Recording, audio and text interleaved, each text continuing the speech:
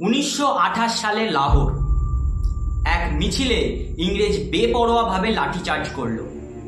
হঠাৎ সামনে এক বৃদ্ধ এগিয়ে এসে বললেন, এই আঘাত ইংরেজ শাসনের কফিনের শেষ পেরেক হবে। লালা লাজপত রায় জন্মগ্রহণ করেন 1865 খ্রিস্টাব্দে 28 জানুয়ারি পাঞ্জাবের মোগা জেলায়।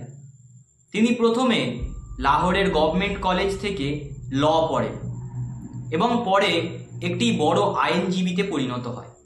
কিন্তু তার রক্তে ছিল দেশপ্রেম। তিনি চিরকাল ভাবতেন যে দেশকে এই ইংরেজ শাসন থেকে রক্ষা করতে হবে। তার নাম জড়িয়ে আছে ইতিহাসে লাল বাল পাল ত্রয়ীর সঙ্গে, লালা লাজপত রায়, বিপিন চন্দ্র পাল এবং বাল গঙ্গাধর তিলক। লাজপত রায় আর্য সমাজের একটি সক্রিয় সদস্য ছিলেন। তিনি সমাজ সংস্কারেও নিজের ভূমিকা পালন করেছেন।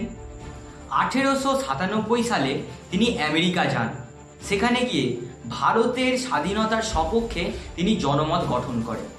তার লেখা কিছু বইও আছে, যেমন আনহ্যাপি ইন্ডিয়া। এই বইটিতে তিনি ব্রিটিশ শাসনের বিরুদ্ধে একটি অবস্থান গ্রহণ করেছেন। 1828 সালে ইংরেজ সাইমন কমিশন পাঠায়। এই আইনেতে কোনো ভারতীয়ের স্থান ছিল না। মানুষ ভাবল ভারতীয়দের জন্য আইন, কিন্তু ভারতীয়রা নেই।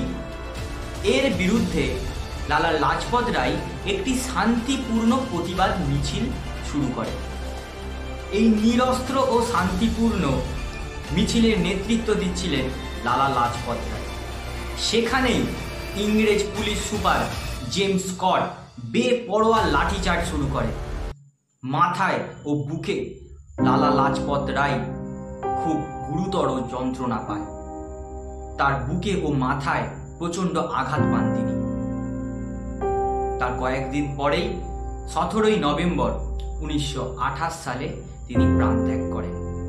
তার মৃত্যুর প্রতিশোধ নিতে ভগৎ সিং, রাজগুরু এবং সুখদেব স্যান্ডার্স সাহেব বলে এক ইংরেজকে মেরে ফেলেন জেমস স্কটের বদলে। লালা লাজপত রায়ের মৃত্যু যেমন ভারতের কাছে ছিল এক বীর পুরুষকে হারানোর দুঃখ, তেমনি তার মৃত্যু ছিল ভারতীয় বিপ্লবী আন্দোলনের মোড় ঘুরিয়ে দেওয়ার এক মুহূর্ত।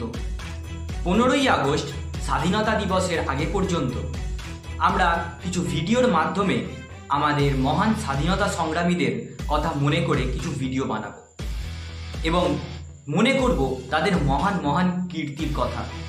তাই চ্যানেলটিকে সাবস্ক্রাইব করে নিন, সাথে